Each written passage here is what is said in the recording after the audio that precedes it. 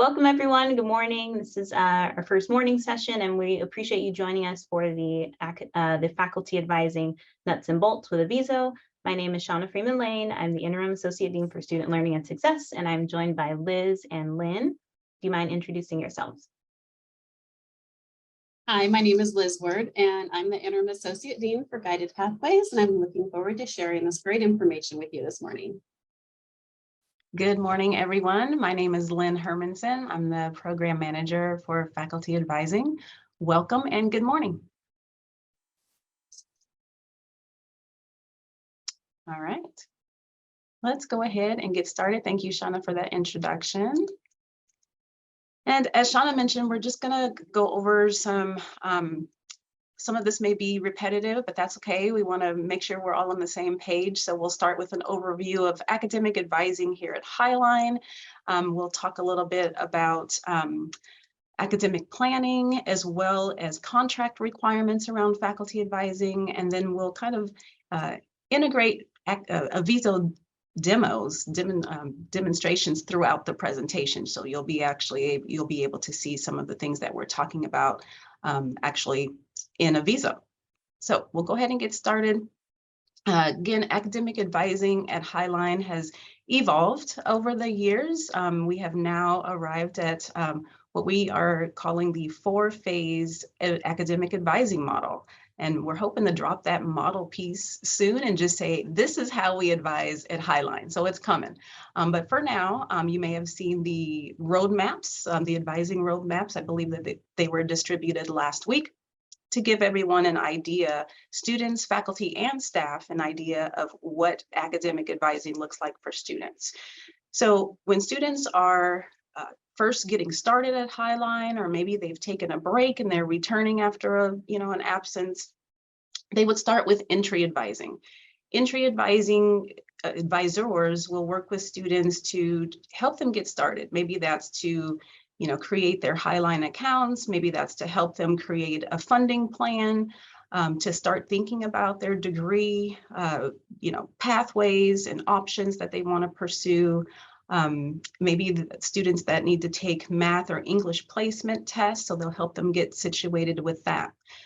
They also host the Explore Highline orientation that's required of all new students at Highline. So they'll go through that orientation with entry advisors, and once they complete orientation, then that starts the next phase of the process, which is pathway advising. So pathway advisors are generalists. They are staff members in Building 6, on the bottom floor of Building 6. Entry advising is on the upper floor. And they are working with students to really start to dive a little bit deeper into their pathway exploration and career exploration. They're helping them navigate resources on campus to help support them while they're here as a student at Highline. They're also going to help students plan their classes for their first 2 quarters or their first 30 credits, depending on whether the student is full-time or part-time. So pathway advisors are really instrumental in helping students, again, just really get started on their academic journey here at Highline. I'm going to come back to faculty advising in a moment, even though that's typically step 3 in the process, but we'll come back to that. The kind of last stage, or maybe concurrent to faculty advising, is career and transfer services. For those of you who've been at Highline for a while, that was previously, there was a career center, which was referred to as CASE, but then there was also a transfer center. They have now merged, and they are career and transfer services. And they are working with students to plan beyond their academic journey after Highline. Plan beyond Highline, their academic journey. So they're working with students around transfer options. If they want to transfer to a 4-year institution, they can work with students around what that looks like. If students are interested in internships or service learning opportunities, they can help with those things as well, and especially around career exploration. So they kind of work concurrently with faculty advising, and they're generally working with students from around 30 to 75 credits. Faculty advising, which was why you're all here today, generally takes place after students earn their first 30 credits. Or for some students, they'll receive a faculty advisor earlier in the process, especially if they're a part of the early faculty advising programs, and there's a handful of those. But if the student is not expressing interest in one of those early faculty advising programs, then they would be assigned a faculty advisor once they've earned 30 credits. So students are, assigned to faculty advisors throughout the year, and they're generally assigned based on program or pathway. We're getting really close to having this be more of a kind of a seamless process where as soon as students earn those first 30 credits, they're automatically assigned to a faculty advisor. Really, really close to that right now, and the way it was before, prior to now, faculty advisors were assigned based on request, essentially. And that could be a request from a student, or that could be a request from a faculty member or a staff member, perhaps in pathway advising or in entry advising. So really quick, because I know most of you are probably really interested, how do you even find your students, right? You have students that are assigned to you, but now it's time to start utilizing Aviso and tracking your students and communicating with them in that using this new system. So let me take a moment here to show you what that looks like. So I'm going to stop sharing so that I can pull up Aviso.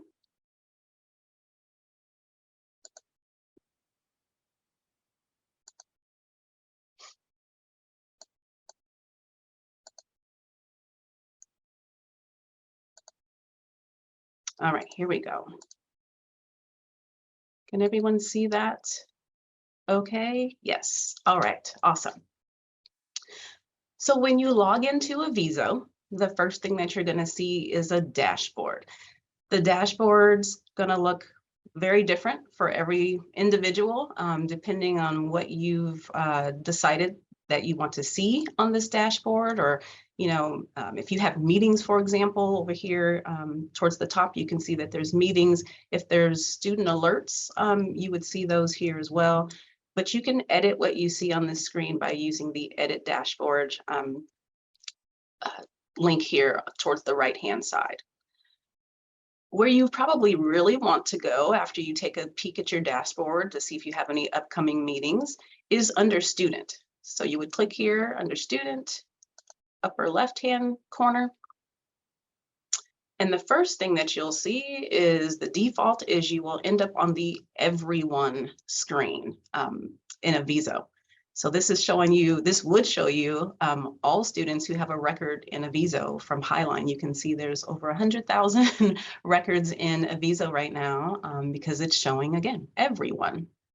You probably want to click on caseload. Now this is going to look different for me because I don't have a caseload. But for you, when you click on caseload, you should see advisees that have been assigned to you up until this point. Now, we're aware of some discrepancies that exist between CTC Link and Aviso. You're not alone if you're experiencing that.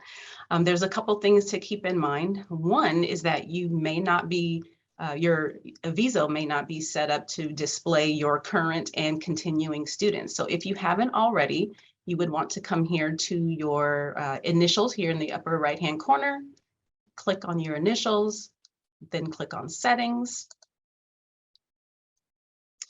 And then ensure that under caseload here, which is probably about the middle of your screen, that both boxes are checked for current students as well as continuing students.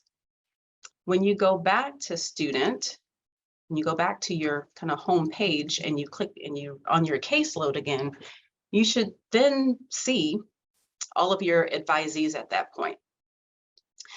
There still may be a little bit of a discrepancy, and that's because if there are students who have been assigned to you as advisees, and perhaps they're not enrolled for fall quarter, you're probably not going to see them in Aviso. So you may see them in CTC Link, but not in Aviso. So those are some of the common areas to consider when you're not seeing your caseload, your entire caseload. If you have questions about that, if you've kind of gone through, making sure you've updated your caseload through settings, and you're still finding some discrepancies, feel free to contact me and I can help you figure that out. So that's not a problem. Now, going back to the contract, and we should all be familiar at this point with the fact that your engagement with students, we're going to verify your engagement with students based on your interactions with currently enrolled students. One of the easiest ways to determine that you're working with your current caseload is to complete a filter. I think we would all agree that's probably the cleanest way to ensure that you're working with currently enrolled students. So you can create a filter by going here on the left-hand side and clicking on the plus sign next to filters. That's going to give you a pop-up window that appears on the opposite side of your screen. When you get to the filter window, you'll see that you have a lot of options here. You can start by naming your filter. So perhaps this filter could be Lynn's Fall 2022 advisees, something like that, right? And you want to make sure that you're looking in your caseload and not everyone. So make sure caseload is checked. And then you can scroll down, and this is where you can opt to determine what this filter includes. So you can include tag students. All of these tags are coming directly from CTC Link. So maybe you want to identify honor students, or you want to identify students who are in Mesa. You can exclude certain groups of students if you need to run a large list. You can continue to scroll down here and include, create a list based on program. But this is where you can find or make sure that you're working with students that are enrolled for fall. So you can click the registration terms to include. You would click in this box, start to type fall 2022. You can go back up to the top, make sure your filter name is here, and click save. Once you click save, you'll see your filter show up on the left-hand side of your page. You may, just FYI, you may need to do a refresh for that filter to pop up, but most of the time it's there. And then once you have your filter established, there's a couple things you can do. There's lots of things you can do actually from this filter. So when you click on these little 3 dots here next to your filter that you just created, you can send a message to that entire group, because if you don't have a filter, if you're trying to send a message to your student, you have to send those messages individually in most cases. So you can email your entire group. You can send a note or make a note for this entire group. You can actually download a list, an Excel list to this student, or excuse me, for this student group. And maybe you want to mail something to that list, right? Like a physical flyer or something in the mail. The easiest way maybe to do that is download the spreadsheet, and then you have your mailing list ready to go for you. Those are just a few tips on navigating your caseload, navigating your creating a filter, and hopefully that is helpful. If you have questions about any of that, please let us know. And one thing that I wanted to mention before we get too much further is there will be opportunities to ask questions and get assistance in these different areas that we're showing you today. So there will be workshops later on this afternoon in person. There will also be a Zoom drop-in room. So if you're not on campus and you're online, and maybe you're at home today and you want to drop in, you can get your questions answered that way. Or we'll also be sharing a Google Doc towards the end of the presentation where you can enter your questions that way, and then we can respond when we have a chance. All right, I'm going to stop sharing. And I am going to go back to the presentation so I can review some of the new contract language that just came out yesterday. Okay. So faculty advising contract requirements. And again, not much has changed, but we wanted to make sure that everyone is aware of some of the language that has been updated in a memorandum of agreement that came out yesterday afternoon. This is in light of the fact that some of the features, some of the requirements that you are that were to take place in Aviso have been delayed. So we want to make sure that everyone is on the same page about what these new requirements are. Like I said, not a lot has changed, but let's go through it really quick. So full-time faculty requirements, and this is for fall. I'm sure you'll have a chance to read the entire MOA soon. But you are to proactively reach out to all currently enrolled advisees that are assigned as of October 26th. So October 26th is next Wednesday. So what this means is that all advisees that you have assigned to you by October 26th, that's who you're responsible for at that, or to receive your stipend. I guess I'll say, we will be verifying your level of engagement via the actions in Aviso that we're going to go through here in a moment. And that will include the students who are assigned to you by October 26th. You want to make sure that you message all of your students no later than November 1st for fall 2022. You want to make sure that you make at least 2 advising related contacts with each of your assigned advisees. And this is making sure that you're offering assistance for registration, academic planning and progress. So that piece is pretty similar. And just a reminder, priority registration does open November 3rd. So students will be coming to you soon, if they haven't already, to receive assistance in those areas. The documentation piece is really critical because, again, this is how we're going to verify your level of engagement with your advisees. So you want to make sure that you're documenting all of your communication and interactions using notes in Aviso. So qualifying notes would include maybe a copy of a message inviting the student to schedule an advising session with you, maybe a description of the outcome of that advising session. So if the student if you met with the student and you discussed, you're planning classes for the next couple of quarters, or maybe they were having trouble in one of their classes for fall and you're going to refer them to, for tutoring, like you want to document all of those interactions, all of the communication that you're having with your student. And then you want to just make sure that another qualifying note could be a copy of a second message that serves as a follow-up to your initial invitation, right? So that could be, did the student respond to you? You attempted to reach out to them, maybe, once or twice, they didn't respond. Maybe that they didn't respond could be another note. Make sure that you are using the faculty advising note type. You'll find that when you're making a note, there's different note types, and you'll want to make sure that you're choosing faculty advising. Again, that's the note type that we'll be using to gauge your level of engagement.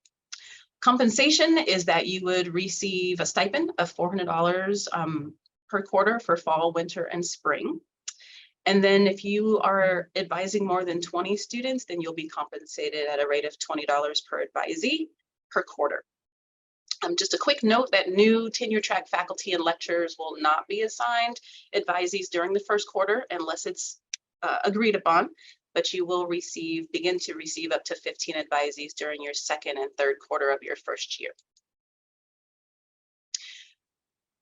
For part-time and adjunct faculty, you are welcome to advise. I'm sure everyone will appreciate that, but you must consult with your division chair and then also receive approval through the appropriate dean. Voluntarily complete required advising training at Highline College. You'll be paid for that. And then you'll also be compensated at the rate of $20 per advisee per quarter. And please, again, any interactions that you're having with students, make sure that you are using the note type. You're documenting those interactions and then using the note type of faculty advising in Aviso. All right. You've probably heard enough from me now, so I am going to turn it over to. I'm actually going to answer a couple questions that came up in the Q&A, I think it would be good to address. If you are advising students who are not currently enrolled or who are not on your caseload, that is a wonderful thing to do. We want our students to be connected to faculty members. However, per our contract language, that is not part of what the stipend covers. This stipend will cover the students who are currently enrolled on your caseload. We want to make sure there are many students who get double covered. They get advising from multiple faculty or programs and many places. And we want to make sure that all of the students who are assigned advisors are getting that. So that is what the stipend will cover. And not all messages count as interaction toward the stipend. On the previous slide, you'll see that there is specific language around meeting or around communicating, and the qualifying notes include the message inviting the student to schedule an advising session with you. So kind of the outreach to a student saying you're available to them, a description of the outcome of that session, or it could be a follow-up saying, I didn't hear from you after inviting you to be advised. And then, so the second message is the follow-up, or it can be this is what we talked about, and these are the recommended courses. Please make sure that you refer to the MOU that Emily sent out, that was sent out yesterday, probably early evening, for the precise language, and then use the faculty advising note type. And when you create a message, your message can be created as a note, which Shauna is going to talk about in the messaging section.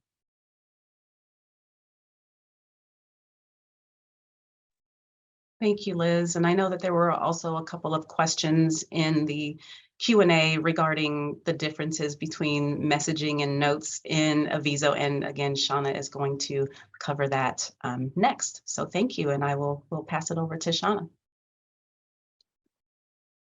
Thank you, Lynn. Thank you, Liz. So yes, I'm going to take over and share my screen. All right, so before I jump into the messaging and notes, I wanted to add sort of one additional tip to what Lynn shared with you about filters. This may not apply to everyone, but your caseload does include students that you follow, and those students are not your official advisees. So it'll be important, if you know that you're following some students who are not officially assigned to you, you'll want to make sure that in addition to selecting your caseload here and then putting fall 2022, you also want to scroll down a little bit further and select yourself as an advisor, so that it's also filtering for you as the specific advisor and not including those students you're following. So you may not see yourself in the first, couple of options, but if you start to type your name in, you would select that. And then that would ensure that your caseload, again, is just showing the students who are assigned to you and not students who you might be following just because you're, interested in keeping up with them. So I'm going to actually save that one. Okay. And so here's a great opportunity to show you from that filter, in this case, what I've titled as current fall 2022 caseload students, just as Lynn had described. Once you have that filter. Then you need to stop sharing your screen so Shauna can share her screen. Oh, there you go. Okay, let me go back because it told me I was sharing, so my apologies. All right, I'm gonna jump back into edit this one. Okay, and just confirming, you guys can see my screen where I'm showing the filter now. Okay, cool. So I've titled this one current fall 2022 caseload students, right? I've selected caseload. Just as Lynn mentioned, I've also selected fall 2022.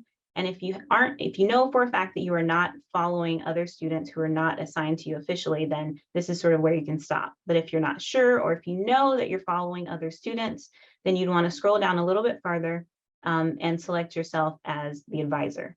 So then again, you're filtering further to ensure that you are the only advisor. So again, that would normally be blank.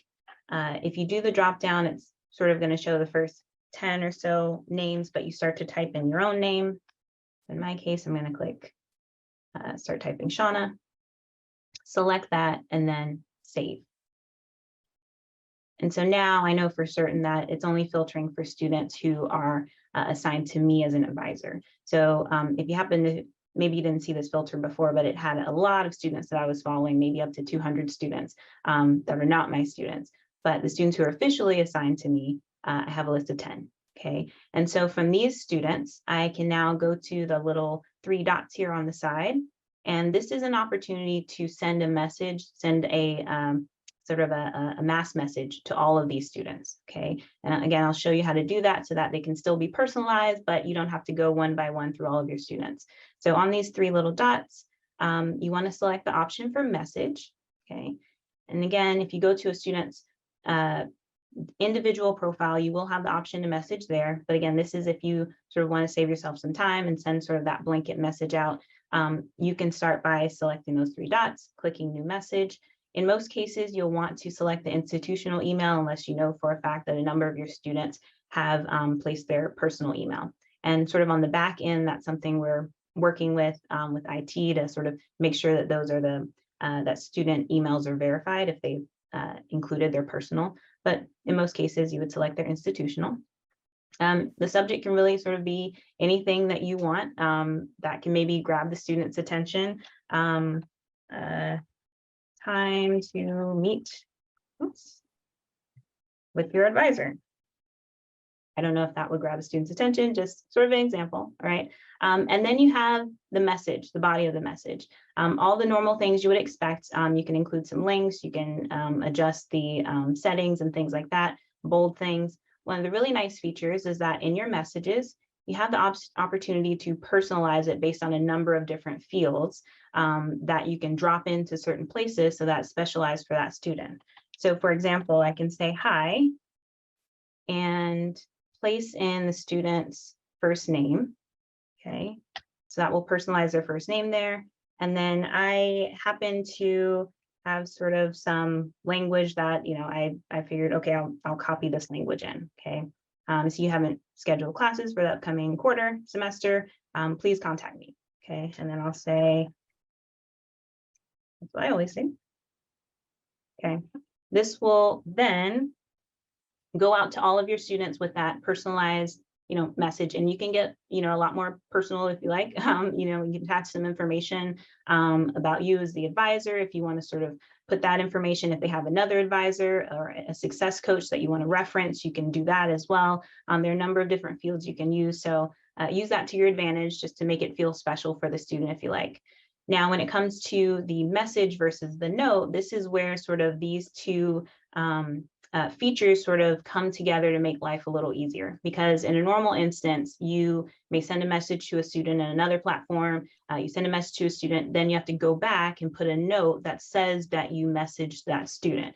But in this case, since you don't have anything particularly personal here, because it's sort of a mass message, you can select to create a note in each student's profile that indicates that you sent this message, and this message will be viewable for anyone who sees it. So again, kind of keeping it general, nothing too confidential here is the best way to go.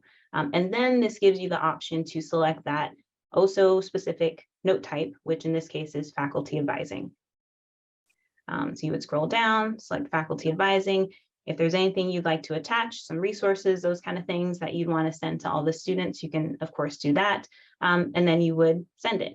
Again, the really nice thing is you don't have to sort of do double duty. And then in my case, I would have sent in a matter of maybe 4 minutes a message to all 10 of my students, letting them know that it's time to come meet with me. And I've also captured that as a note that can be pulled for obvious reasons of documentation. So it's really, really helpful to try to use these features together if you like. Just again, time is of the essence. It's really important. So you can do that. The other thing that you can do, not just an email, but you can also text message your students. And so instead of, or in addition to, depending on, if you want to do both, you can also send a text message to your students. Because it's an SMS, you are limited in terms of characters, but you can put a similar message. Again, you can insert some fields, the student's name, hi, such and such student. It'd be great to come meet with me. And again, you can also create a note from that message. You don't want to duplicate. So if you already sent a message, if you already sent an email message, you wouldn't want to create another note for the text message. But in terms of trying to engage with the student more to ensure that they're able to see those messages, it definitely might be worth sending both. And of course, if you want to just send a text message, that still counts as your note in the tracking as well. So I'll cancel that. So I don't want to send that to students yet. So I will hop over to just one student as an example. And again, you'll see you have the option to send a message directly to that student in particular. And you have the same option, of course, to save it as a note. So it works on an individual basis. Now, when the student responds, the message that they respond with is not captured in that way. It comes back as a message that's just between the two of you. So it's only that initial message that you're sending out that is kept as a note, and then the conversation will continue to flow between you and the student in that capacity, where it's just your inbox and their inbox. And then notes in general, you can again place a note here that is not a message, but is something that maybe you want to share with other folks that isn't necessarily something you would send to the student, but just an FYI to anyone else who might be looking to work with your student. Okay, so that's sort of the overview of messages and notes and how they work really, really nicely together.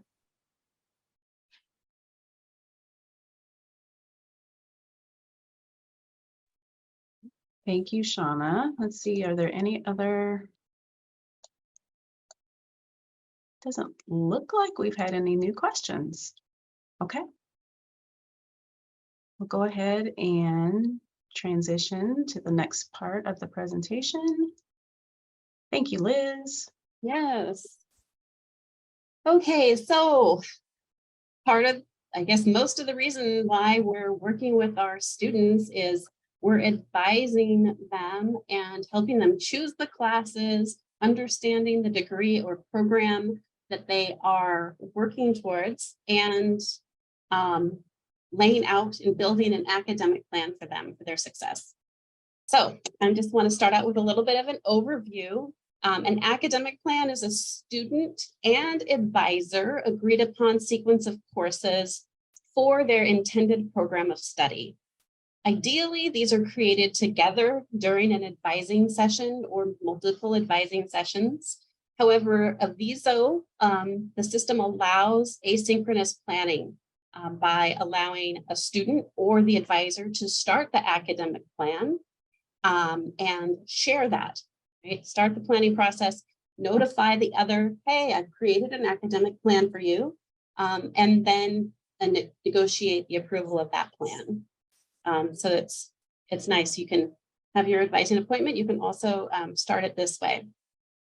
There are many resources for creating academic plans and for academic planning.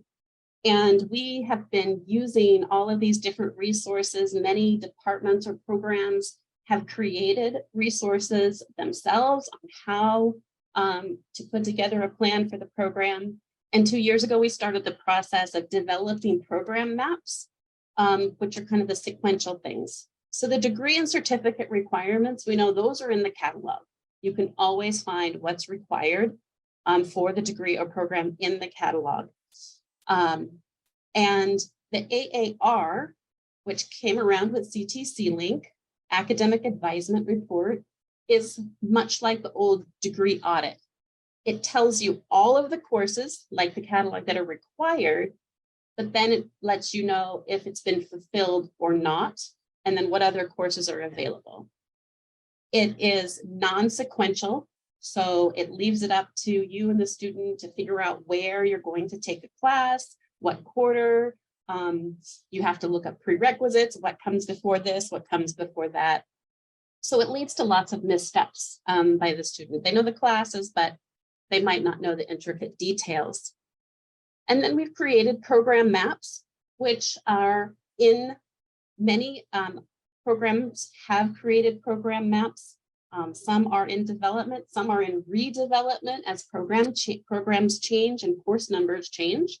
And the program map, it includes a description of the program, who are the key advisors in that area. It links to the Pathways website that describes the program in more detail. It has some milestones and reminders. This is where you get more narrative about the academic planning process. Next, there are academic plan templates. Now, this is where Aviso bumps it up a notch. We are creating academic plan templates. So these are not the plan, but it's a template that you or the student can use to create the academic plan. It's located in Aviso, and students and advisors can explore various templates to assist with choosing courses for the student's program. So the templates are based on the degree requirements from the catalog, taking into account the student's math or English placement and where they need to start. It's got a sequencing of courses and then potential courses that the department or program has identified that a student would need as a prerequisite to a transfer to institution. So it's not just what they need to do at Highline, but how do you prepare to move on? One could copy the entire template as the academic plan, or you can use parts of the template and move the courses around as needed, or make substitutions for the student as needed. The template is not the final plan. The plan, the academic plan, which advisors and coaches and folks who are helping students along this path that they're on, it is once the student and advisor have agreed upon and outlined the sequence of courses, planned out quarter by quarter, what the student is going to take, what the student needs to take. And it also includes, maybe you've discussed a substitution. If the student is only part-time, you can plan out with the student. Maybe you're only taking 2 classes this quarter and 2 classes the next quarter. It's flexible, just as flexible as the conversation that you're going to have with the student. In time, as the plans are, as we put more plans in and folks are making the plans with the student, Aviso will be able to tell us if a student is on plan or off plan.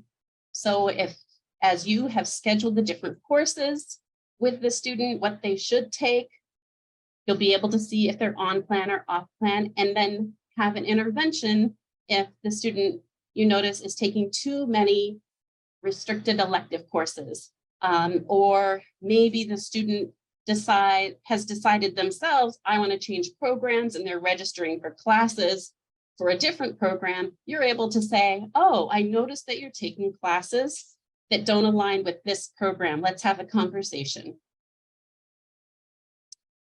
So for using the planning in Aviso, faculty advisors, you want to confirm with your student what their program of study is. You want to work with students to plan out at least the next 2 quarters of classes, if not the entire degree, and offer assistance to students in making this plan. As I said, there are many resources available to create the plan. We're building templates in Aviso. We have program maps, Highline College catalog, transfer school websites and equivalency guides. And I provided a link when this is available. There's also editing an academic plan help document in Aviso. And we will be making a recording of specifically the academic planning section as one of the tutorial resources for Aviso. So now I'm going to, if I can find my mouse, I am going to walk through what it looks like to create a plan for a student I got to stop sharing this screen and start sharing another screen.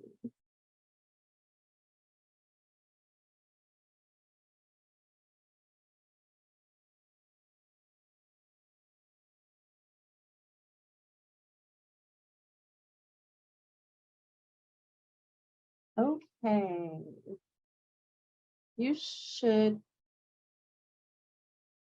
now see the watermark page. Yes? The student page. Shauna, can I get a head nod if that's what is up there on the screen right now? Okay, thank you. So here, as Shauna showed earlier, you would look at your caseload to find your student, and I would look on my caseload. I am going to use this wonderful example student who is does not have an academic plan yet. Their name's Highline College.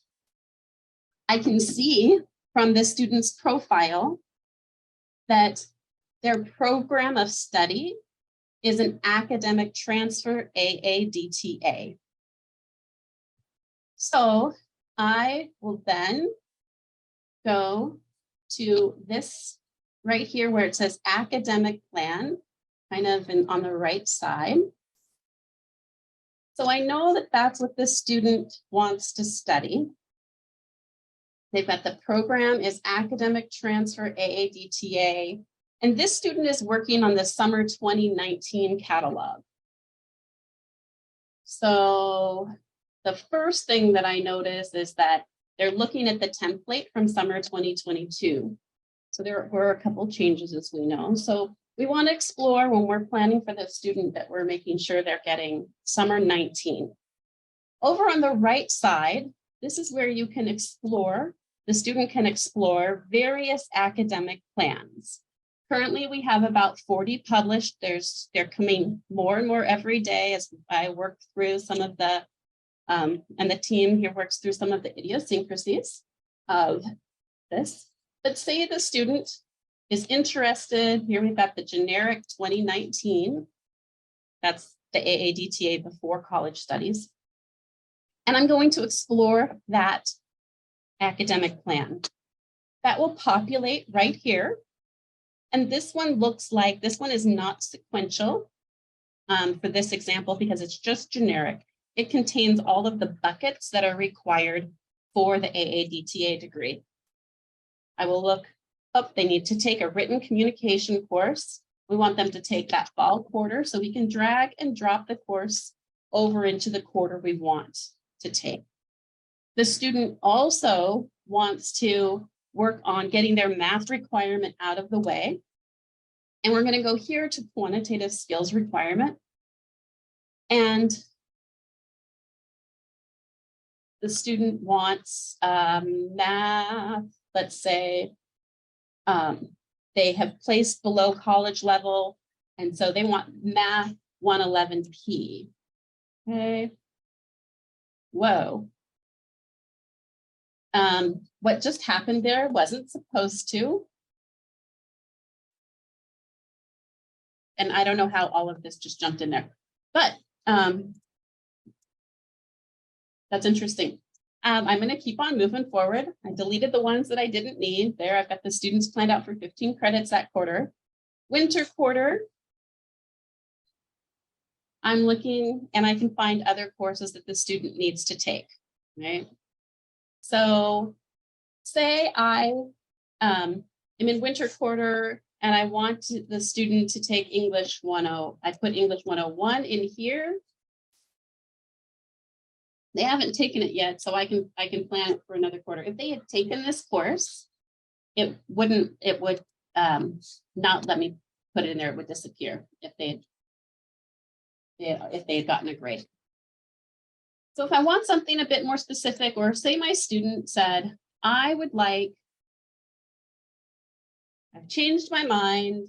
I don't want a generic DTA. I'm really interested in doing a business degree, but I also want to transfer. So we're going to explore the business DTA template with that student. Over here, you can see this is arranged quarter by quarter by quarter. So the students come back, we've got the fall quarter, winter quarter. I'm going to say, okay, well, let's see, you need to take a social science course, a humanities course, and an English course. Right here, you can see you can choose any of the humanities courses that we have in our catalog. You can choose in the business DTA, students need to choose from one of these courses. There are buckets here. The business DTA has said quantitative requirement. They can choose one of these two classes. So you can choose courses from here to create the plan. If you want to adopt the entire template, you can go over here and change the template that is assigned to this student. And that would now be the template that we're using is this. So when the student comes, when you log in, you will see this template that will show up each time and you won't have to search for that. Now, if you do not have a template available for the program that you're looking at, you can, or if you are not finding the class, or you don't want to take time for the drop downs, you can add whatever course you choose right here. So if a template does not exist, you have a program map or you have the catalog, you can go here to add a course and say this course, this student is really interested in taking a music class. And they said, hey, I want to take music 113. And it's the history of hip hop. So here you can select that course and pop it right into that quarter. And then there's I must have done something else. Okay.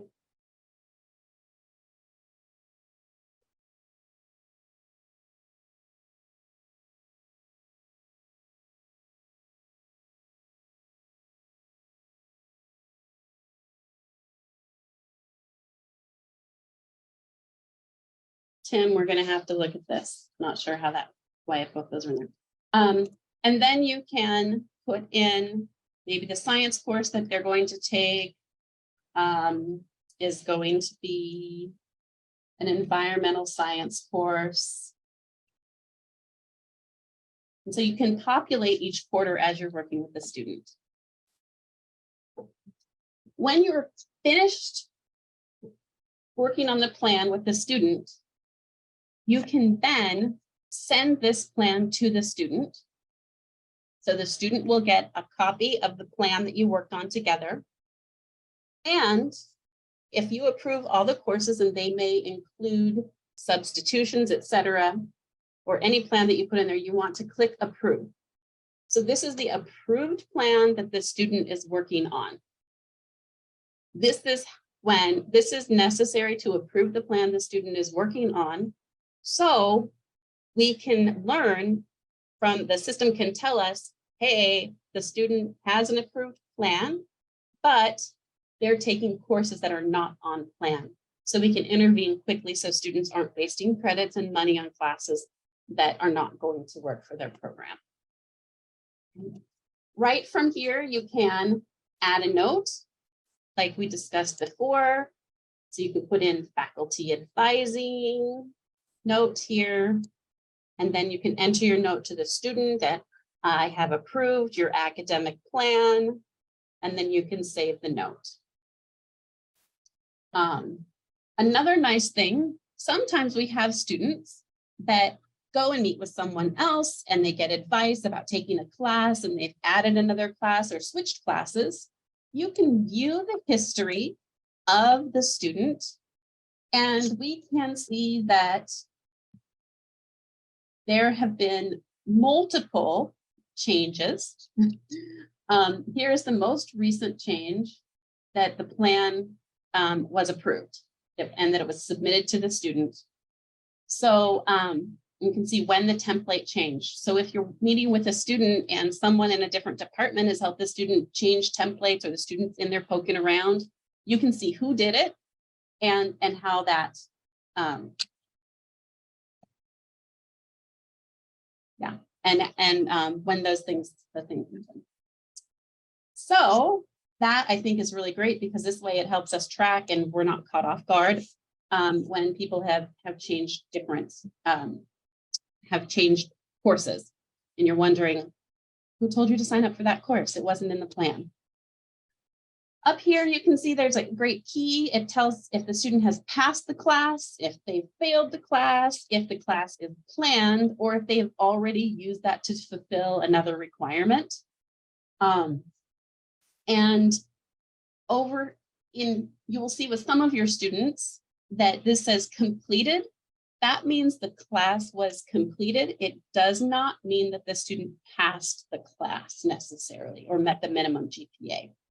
So the grade will populate here, so you'll be able to see that.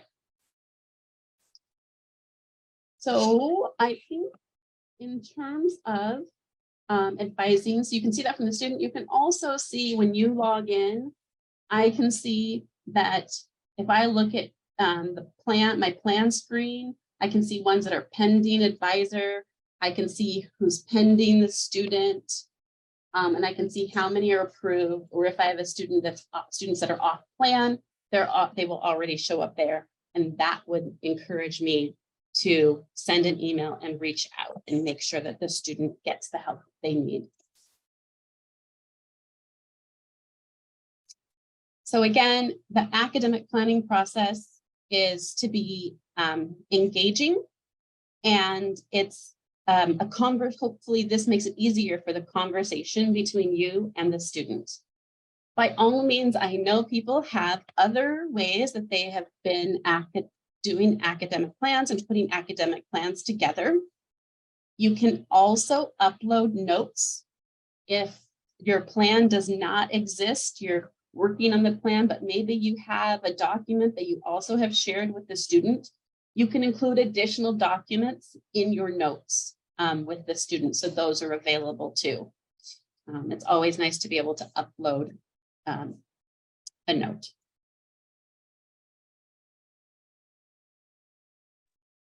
Thank you, Liz.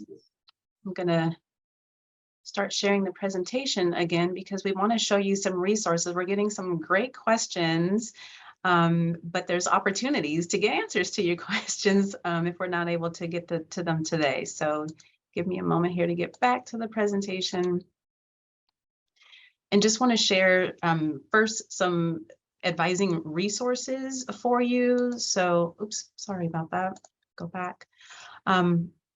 It's in the chat, and maybe if someone is available to drop the office hours for Shauna and I again. But Shauna and I both have weekly drop-in office hours where you can simply just meet us in Zoom or at our offices and bring your questions, right? And we can help you walk through how to troubleshoot some of the things that you're have questions around or things that you're challenged with. So let us know how we can help. All of our office hours, in addition to any other professional development events and opportunities, can be found on the learning and teaching calendar, the events calendar. There are also Aviso training videos. I can give you, maybe I'll have to find that in a moment, but I can also drop the link for where you can find some of the how-to guides and training videos for, you know, the messaging and notes and how to set up your schedule in your appointment schedule in Aviso. So there's lots of resources for those areas and more to come, right? There's faculty advising resource page that you can access. And then there's also a faculty advising Canvas site as well. Lots and lots of resources there. And then for faculty who are new to advising, please be aware there is a 4-part series that myself and Saida Nazami are hosting. We provided part 1 last Friday, and part 2 will actually take place later this afternoon. And so that, you know, advising training is required for new faculty who will be advising starting winter quarter. So please, if you're brand new or if you're continuing and you want a refresher, please feel free to join us.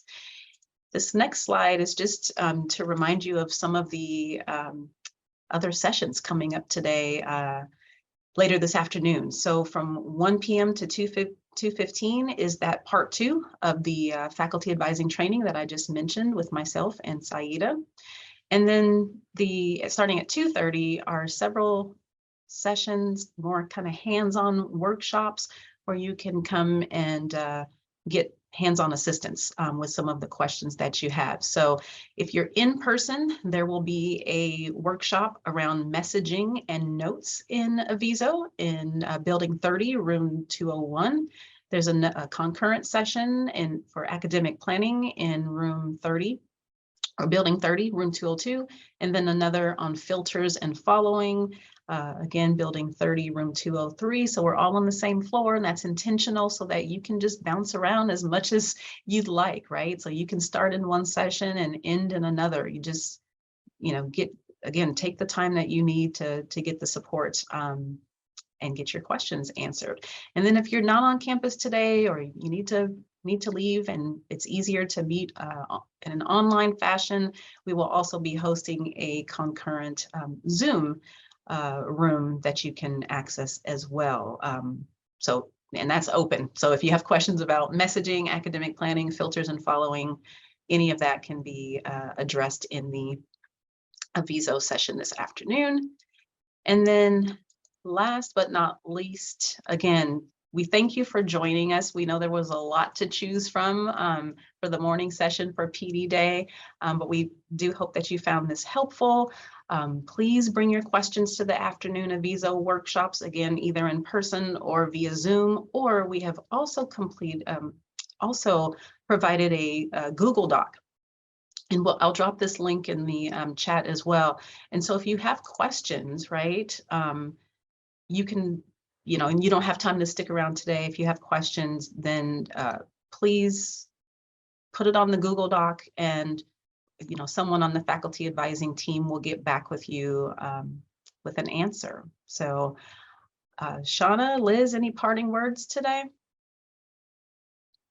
I have 2 items I could answer live, maybe a little easier than typing it out. So I can do that really quickly, or we can sort of wrap up and then take some questions after, sort of whichever you guys think is best. I think let's wrap up, but we can stay online for questions. I will go ahead and stop the recording and then we can continue.